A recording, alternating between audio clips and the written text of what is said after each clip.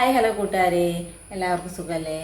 അപ്പോൾ ഇന്നൊരു morning vlog ചെയ്യാമെന്ന് വിചാരിച്ചു. ഇന്നലെയാണ് കുഞ്ഞാപ്പൻ്റെയും കുഞ്ഞാറ്റയുടെയൊക്കെ സ്കൂൾ തുറന്നത്, തിങ്കളാഴ്ച. അപ്പോൾ ഇന്നലെ 12 മണി വരെ ക്ലാസ് ഉണ്ടായിരുന്നുള്ളൂ. അപ്പോൾ ലഞ്ചൊന്നും കൊണ്ടുപോകണ്ടായിരുന്നു, ബ്രേക്ക്ഫാസ്റ്റ് മാത്രം കഴിച്ചിട്ടാണ് അവർ പോയത്. ഇന്നപ്പോൾ അവർക്ക് ലഞ്ചൊക്കെ കൊണ്ടുപോകണം. അതിനുള്ള കാര്യങ്ങളൊക്കെ ഞാൻ ഇന്നലെ അടുപ്പിച്ച് വെച്ചിട്ടുണ്ടായിരുന്നു.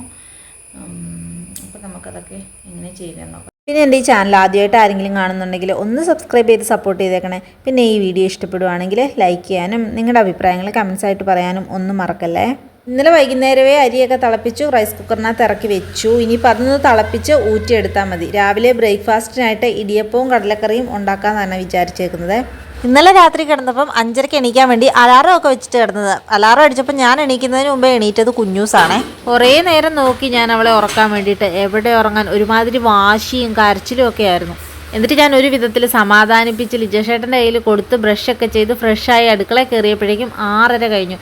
ഇവളുടെ ഈ സ്വഭാവം അറിയാവുന്നത് കാരണം തന്നെ ഞാനാണെങ്കിൽ രാത്രിയിൽ അരിഞ്ഞു വെക്കാനുള്ളതൊക്കെ അരിഞ്ഞു വെക്കും. അങ്ങനെയുള്ള പല പണികളും ഇങ്ങനെ അടുപ്പിച്ചടുപ്പിച്ച് വെക്കും. അല്ലെങ്കിൽ പിന്നെ രാവിലെ 8ൻ്റെ പണി കിട്ടുമെന്ന് എനിക്ക് തന്നെ അറിയാം. അപ്പോൾ രാവിലത്തെ ഇവിടുത്തെ ബ്രേക്ക്ഫാസ്റ്റ് എന്ന് പറയുന്നത് വെള്ളക്കടല ഇടിയപ്പമാണ്. കടല കഴുകി കുക്കറിനകത്ത് വേവിക്കാനായിട്ട് വെച്ചിട്ടുണ്ട്. പിന്നെ ഞാനിപ്പോൾ ഇടിയപ്പത്തിനുള്ള മാവാണ് ഈ കുഴച്ചുകൊണ്ടിരിക്കുന്നത്. ഉപ്പും വെളിച്ചെണ്ണയും ചൂടുവെള്ളവും കൂടി ചേർത്ത് അങ്ങ് ഒരുമാതിരി കുഴച്ചിട്ട് സ്പൂൺ വെച്ച് കുഴച്ചിട്ട് അങ്ങ് മാറ്റി വയ്ക്കും. ചൂടാറി കഴിയുമ്പോഴേക്കും കുഴച്ചെടുത്ത് ഇടിയപ്പം ഉണ്ടാക്കിയെടുക്കും. സിമ്പിൾ. എന്നിട്ട് പിന്നെ റൈസ് കുക്കറിൽ തിളപ്പിച്ച് വെച്ചിരുന്ന ചോറെടുത്ത് ഒന്നും കൂടി തിളപ്പിക്കാനായിട്ട് അടുപ്പിലേക്ക് വെച്ച് ഇനി അങ്ങ് തിളപ്പിച്ചിട്ട് അങ്ങ് ഊറ്റിയാൽ മതി.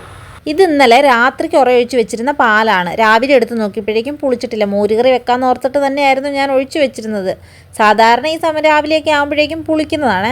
എന്നാൽ പിന്നെ വേറെ കുറച്ച് തൈര് ഇരിപ്പുണ്ട്, അത് വെച്ചിട്ടൊരു മോരുകറിയും കൂടി വെക്കാമെന്ന് വിചാരിച്ച് ഞാനൊരു മിക്സിയുടെ ജാറിലേക്ക് കുറച്ച് തേങ്ങയും ഒരു 3-4 അല്ലി ചുവന്നുള്ളിയും പിന്നെ ഒരു 2 അല്ലി വെളുത്തുള്ളിയും പിന്നെ ആവശ്യത്തിനുള്ള മഞ്ഞൾപ്പൊടിയും ഉപ്പും ജീരകവും പിന്നെ എക്സ്ട്രാ ആയിട്ട് ഒരു 3-4 ഇതൾ കറിവേപ്പിലയും എല്ലാം കൂടി ചേർത്തിട്ട് അരച്ചെടുക്കണം. അരച്ചെടുക്കുന്നതെന്ന് പറഞ്ഞിട്ടുണ്ടെങ്കിൽ നമ്മൾ ആ തൈരിനകത്ത് തന്നെയാണ് അരച്ചെടുക്കുന്നത്. വെള്ളം നമ്മളിതിലൊട്ടും ചേർക്കുന്നില്ല. ജാർ അടച്ചിട്ട് മിക്സിയിലേക്ക് അരയ്ക്കാൻ കൊണ്ടുവന്ന് വെച്ചപ്പോഴാണ് അയ്യോ മുളക് ചേർത്തില്ലല്ലോ എന്ന് ഓർത്തത്. പിന്നെ ഞാൻ ഓടിപ്പോയി 3-4 കാന്താരി മുളക് എടുത്തിട്ട് വന്ന് അരച്ച് ചേർത്ത് കേട്ടോ. കരണ്ട് പോകുകയും വരുകയും ചെയ്തുകൊണ്ടിരിക്കുക. അപ്പോൾ പിന്നെ അരച്ച് വെച്ചില്ലെങ്കിൽ അത് പണിയാവുമല്ലോ എന്ന് ഓർത്തിട്ടാണ് ഞാനിത് നേരത്തെങ്കിൽ പിന്നെ അങ്ങ് അരച്ച് വെച്ചേക്കാമെന്ന് വിചാരിച്ചത്. ഇത് അരച്ചിട്ട് വന്നപ്പോഴേക്കും അടുപ്പിലിരുന്ന അരിയൊക്കെ തിളച്ചിട്ടുണ്ടായിരുന്നു. അപ്പോൾ പിന്നെ അതങ്ങ് വാർത്തു. ഇനി ഒരു പരിപ്പ് കറിയും കൂടി വെക്കണം. പരിപ്പ് കറി എന്ന് പറഞ്ഞാൽ പെട്ടെന്നൊന്ന് കാച്ചി എടുക്കുന്നുള്ളൂ. ഈ മുളക് പൊടിയും വെച്ച് ചിക്കൻ അവിടെ ഇരിക്കുന്ന ഹോർലിക്സിൻ്റെ കുപ്പിയുണ്ട്. അതിനകത്തിരിക്കുന്നത് നല്ല ഒന്നാന്തരം മുളക് പൊടിയാണ്. ആ മുളക് പൊടിയും വെച്ചിട്ട് ഞാൻ കഴിഞ്ഞ ദിവസം ഒരു ചിക്കൻ കറി ഉണ്ടാക്കി. എൻ്റെ അമ്മേ എന്തൊരു എരിവായിരുന്നോ. അവസാനം ഞങ്ങൾ ഉരുളക്കിഴങ്ങ് അരിഞ്ഞിട്ടു, തേങ്ങാപ്പാൽ ഒഴിച്ചു, എന്നിട്ടാണ് അതൊന്ന് കുറഞ്ഞ് കിട്ടിയത്.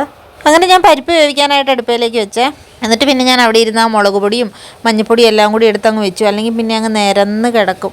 ഒന്നാമത് ഇതിൻ്റെ അകത്ത് സ്ഥലമില്ല. ഞാൻ ഓരോ സ്ഥലത്തും ഇങ്ങനെ അഡ്ജസ്റ്റ് ചെയ്താണ് ഓരോ സാധനങ്ങളും വെച്ചുകൊണ്ടിരിക്കുന്നത്.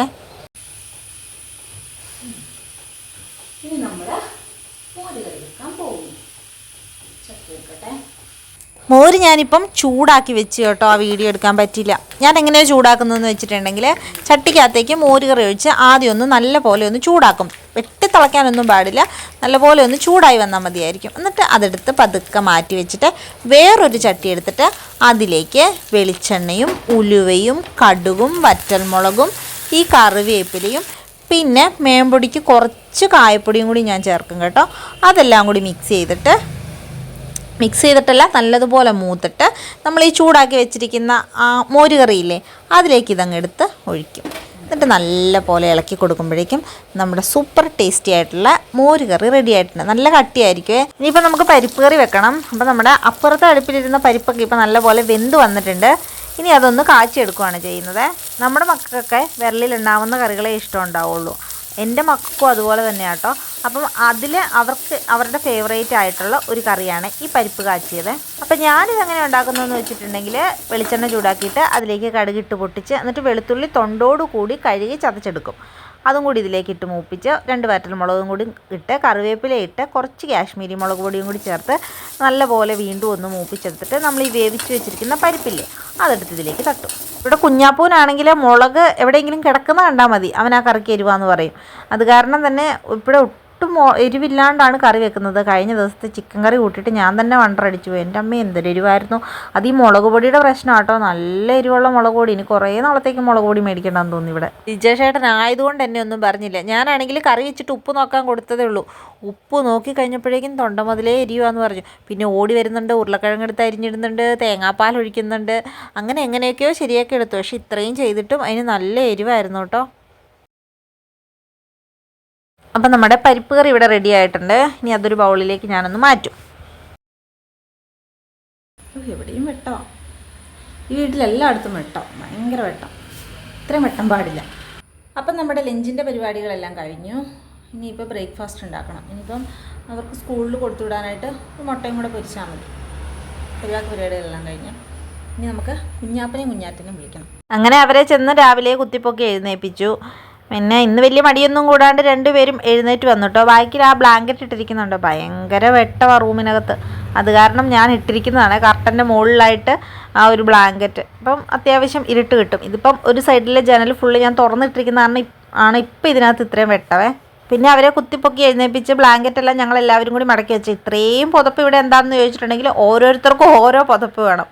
ഇവിടെ ഞാനൊരു റൂൾസ് വെച്ചിരിക്കുന്നത് എങ്ങനെയാണെന്ന് വെച്ചിട്ടുണ്ടെങ്കിൽ ഏറ്റവും ലാസ്റ്റ് എണീറ്റ് വരുന്നവർ റൂമിൽ ഫാൻ ഓഫ് ചെയ്തിട്ട് വരിക.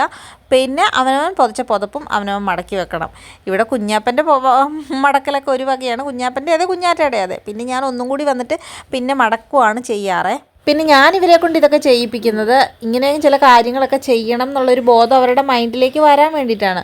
അപ്പം എണീറ്റ് വന്ന ഉടനെ പിന്നെ ബ്രഷ് ചെയ്യാനായിട്ട് ബ്രഷൊക്കെ എടുത്ത് കൊടുത്തു. പിന്നെ രാവിലത്തെ ഇവരുടെ കാര്യങ്ങളൊക്കെ ഇവർ തന്നെ ചെയ്തോളും. ബ്രഷ് ചെയ്യൽ, കുളിക്കൽ, യൂണിഫോം ഇടൽ, അതെല്ലാം. യൂണിഫോമൊക്കെ തേച്ച് വെച്ചിട്ടുണ്ടെങ്കിൽ പോയി എടുത്തിട്ട് റെഡി ആയിക്കോളും. പിന്നെ ആണെങ്കിൽ കുഞ്ഞാറ്റയുടെ മുടി കെട്ടി കൊടുക്കണം. സ്കൂളിൽ പോകുന്ന ദിവസം രാവിലെ കുഞ്ഞാറ്റനോട് മേല് മാത്രം കഴുകിയാൽ മതി എന്ന് ഞാൻ പറയും. പിന്നെ വൈകുന്നേരം വന്നിട്ടാണ് തലയും കൂടി അങ്ങ് കുളിക്കുന്നത്. രാവിലെ തല കുളിച്ചിട്ടുണ്ടെങ്കിൽ പിന്നെ മുടി ഉണങ്ങത്തില്ല, കെട്ടി വെക്കാൻ ഭയങ്കര പാടായിരിക്കും, പിന്നെ ഒരു മണമൊക്കെ വരും. അത് കാരണം ഞാൻ വൈകുന്നേരം പിന്നെ ഇവർ കുളിക്കാൻ നേരത്ത് ഞാൻ മേലൊക്കെ അങ്ങ് തേച്ച് കൊടുക്കുവേ. അതിനിടയ്ക്ക് കുഞ്ഞൂസ് ഇതിനിടയ്ക്ക് ഒരു ഉറക്കവും കൂടെ കഴിഞ്ഞായിരുന്നു. രാവിലെ ഒന്ന് എണീറ്റു. അത് കഴിഞ്ഞ് പിന്നെ എൻ്റെ കൂടെ കുറച്ച് ശല്യമൊക്കെ ചെയ്തിട്ട് പിന്നെ ലിജേട്ടൻ അവളെ അങ്ങ് ഉറക്കി. അത് കഴിഞ്ഞ് ഇപ്പോഴാട്ടോ എഴുന്നേറ്റ് വരുന്നത്. എന്നാൽ പിന്നെ അവളെയും കൂടി അങ്ങ് പല്ല് തേപ്പിച്ചേക്കാമെന്ന് വിചാരിച്ചു. അങ്ങനെ ഞാൻ ലിജേഷേട്ടൻ്റെ കയ്യിലേക്ക് കുഞ്ഞൂസിനെ പല്ല് തേപ്പിച്ച് കൊടുത്തിട്ട് നേരെ അടുക്കളയിലേക്ക് ചെന്നു. ഇടിയപ്പം ഉണ്ടാക്കണമായിരുന്നു. പിന്നെ കടലക്കറി ഞാൻ ഇതിനിടയ്ക്ക് ഉണ്ടാക്കിയായിരുന്നു കേട്ടോ. വെള്ളക്കടലക്കറി ഉണ്ടാക്കുന്ന വീഡിയോസ് ഇതിന് മുമ്പത്തെ വീഡിയോയിലും ഉണ്ട്. അത് ഞാനിങ്ങനെ ഇനി എപ്പോഴും കാണിച്ച് ബോറടിപ്പിക്കുന്നില്ല. എന്നിട്ട് അതൊക്കെ ഉണ്ടാക്കി അടുപ്പത്തേക്ക് വെച്ച് കഴിഞ്ഞാൽ പിന്നെ രണ്ടുപേർക്കും മുട്ടയും കൂടെ പൊരിച്ച് കൊടുത്ത് വിടാമെന്നോർത്ത് എല്ലാം റെഡിയാക്കി അടുപ്പത്ത് വെച്ച് വേവിച്ച് മറിച്ചിടാൻ നേരത്ത് വൻ ഫ്ലോപ്പായി പോയിട്ടോ. പിന്നെ അത് ഞാൻ എങ്ങനെയൊക്കെയോ മറിച്ചിട്ട് എടുത്തു. ഈ സമയം കൊണ്ട് ഇടിയപ്പം എല്ലാം റെഡി ആയിട്ടുണ്ടായിരുന്നു. അപ്പം ഞാനത് ചൂടാറാൻ വേണ്ടിയിട്ട് ഇഡ്ഡലി പാത്രത്തിനകത്തുനിന്ന് എടുത്ത് പുറത്ത് വെച്ചിരിക്കുവാണ്. എന്നിട്ട് പിന്നെ അവർക്കങ്ങ് ചോറെടുത്തേക്കാമെന്ന് വിചാരിച്ചു. ചോറിന് കറിയായിട്ട് നമ്മുടെ മോരുകറി ഉണ്ടായിരുന്നു. പിന്നെ ഞാനാണെങ്കിൽ ഇപ്പം മുട്ട പൊരിച്ചില്ലേ, അതും പരിപ്പും പിന്നെ അച്ചാർ ഞാൻ വെച്ചിട്ടുണ്ട് കുഞ്ഞാറ്റയ്ക്ക് കുറച്ച് കൂടുതൽ. എന്നാന്ന് വെച്ചാൽ അവളുടെ ഫ്രണ്ട്സിനൊക്കെ അച്ചാർ നല്ലോണം ഇഷ്ടമാണ്. അത് കാരണം ഞാൻ കുറച്ച് കൂടുതൽ അച്ചാർ വെച്ചിട്ടുണ്ട്. പക്ഷേ എന്നൊന്നും ഞാൻ വെക്കാറില്ല കേട്ടോ. അവിടെ ഒരു തല കാണുന്നതുണ്ടോ, കുഞ്ഞാപ്പൂ ആണെങ്കിൽ ഞാൻ എന്നാണെങ്കിലും അത് ചോറെടുക്കുന്ന സമയമാകുമ്പോഴേക്കും ഓടി വന്ന് നിൽക്കും എന്തോരം ചോറെടുക്കുന്നുണ്ടെന്ന് അറിയാൻ വേണ്ടിയിട്ട്. ഒരുപാട് ചോറ് വെക്കല്ലേ എന്ന് പറഞ്ഞ് പിന്നെ ബഹളമായിരിക്കും. അവൻ പറയുന്ന അത്രയും ചോറേ വെക്കാൻ പാടുള്ളൂ. എന്നാലും ഞാൻ വെട്ടിച്ചും തട്ടിച്ചും എങ്ങനെയെങ്കിലുമൊക്കെ കുറച്ചും കൂടി ഉന്തി കയറ്റും. ആരാ ഫസ്റ്റ് കഴിച്ച് തീർക്കുന്നതെന്നും പറഞ്ഞുകൊണ്ട് മത്സരമാണ് ക്ലാസ്സിൽ. അപ്പോൾ കുറച്ച് ചോറ് വെച്ചാൽ അത്രയും പെട്ടെന്ന് അവന് ഫസ്റ്റ് അടിക്കാമല്ലോ, അതിന് വേണ്ടിയിട്ടാണ് അവൻ ഈ പരിപാടി കാണിക്കുന്നത്. എന്നിട്ട് വൈകുന്നേരം വരുമ്പോഴേക്കും അയ്യോ വിശക്കുന്നതെന്നും പറഞ്ഞ് അങ്ങ് ഓടിക്കയറി വരും. പിന്നെ ഞാൻ എന്തെങ്കിലും ഫ്രൂട്ട്സോ അല്ലെങ്കിൽ സാലഡ് പോലത്തെ സാധനങ്ങളൊക്കെ ഒരു ബോക്സിൽ കൊടുത്തു വിടാറുണ്ട്. ഇപ്പം 2 ദിവസമായിട്ട് അത് കൊടുത്തു വിടുമ്പോൾ അങ്ങനെ തിരിച്ചു കൊണ്ടുവരുന്നുണ്ട്. മറന്നുപോയി എന്നാണ് പറയുന്നത്. ഇനിയിപ്പം നാളെ മുതൽ ശരിക്കും ഇങ്ങനെ പറഞ്ഞു വിടണം, ബോക്സിൽ ഇത് വെച്ചിട്ടുണ്ട് എടുത്ത് കഴിക്കണമെന്ന്. എങ്ങനെയാവുന്നൊന്നും അറിയില്ല കേട്ടോ. അപ്പോൾ ഇന്ന് ഞാനാണെങ്കിൽ തക്കാളിയും പിന്നെ സവോളയും കൂടിയാണ് കൊടുത്തു വിട്ടിരിക്കുന്നത്. അതിങ്ങനെ ഉപ്പൊക്കെ തേച്ച് കൊടുത്തു വിടും. തക്കാളി ഭയങ്കര ഇഷ്ടമാണ് ഇവർക്ക്.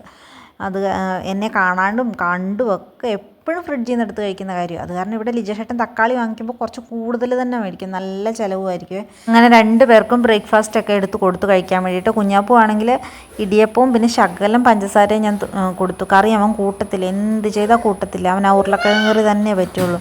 കുഞ്ഞാറ്റ പിന്നെ കടലക്കറി കൂട്ടി കഴിക്കുന്നുണ്ട് കേട്ടോ. അങ്ങനെ അവർ കഴിച്ചൊക്കെ കഴിഞ്ഞ് കുഞ്ഞാറ്റയുടെ മുടി കെട്ടിക്കൊടുക്കാനായിട്ട് വന്നപ്പോഴേക്കും കുഞ്ഞൂസ് അവിടെ കിടന്ന് ഭയങ്കര ബഹളം. പിന്നെ ലിജേഷേട്ടൻ എടുത്തുകൊണ്ട് പോയി എങ്ങനെയൊക്കെയോ സമാധാനിപ്പിച്ചു. വണ്ടി വരാനും സമയമായിട്ടുണ്ടായിരുന്നേ. പിന്നെ അവസാന നിമിഷമായപ്പോഴേക്കും ഒരു ഓട്ടപ്പാച്ചിലായിരുന്നു.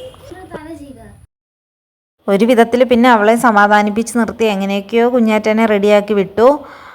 അങ്ങനെ അവർ പ്രാർത്ഥിച്ച് പാദവന്ദനമൊക്കെ ചെയ്ത് സ്കൂളിലേക്ക് പോയി. ലാസ്റ്റ് ഭയങ്കര തിരക്കായത് കാരണം ആ വീഡിയോസ് ഒന്നും എടുക്കാനായിട്ട് പറ്റിയില്ല. അപ്പോൾ എൻ്റെ വീഡിയോസും ഒക്കെ ഇഷ്ടപ്പെടുവാണെങ്കിൽ എൻ്റെ ചാനലൊന്ന് സബ്സ്ക്രൈബ് ചെയ്ത് സപ്പോർട്ട് ചെയ്യണേ. പിന്നെ നിങ്ങളുടെ അഭിപ്രായങ്ങളൊക്കെ കമൻസായിട്ട് പറയാനായിട്ട് മറക്കല്ല.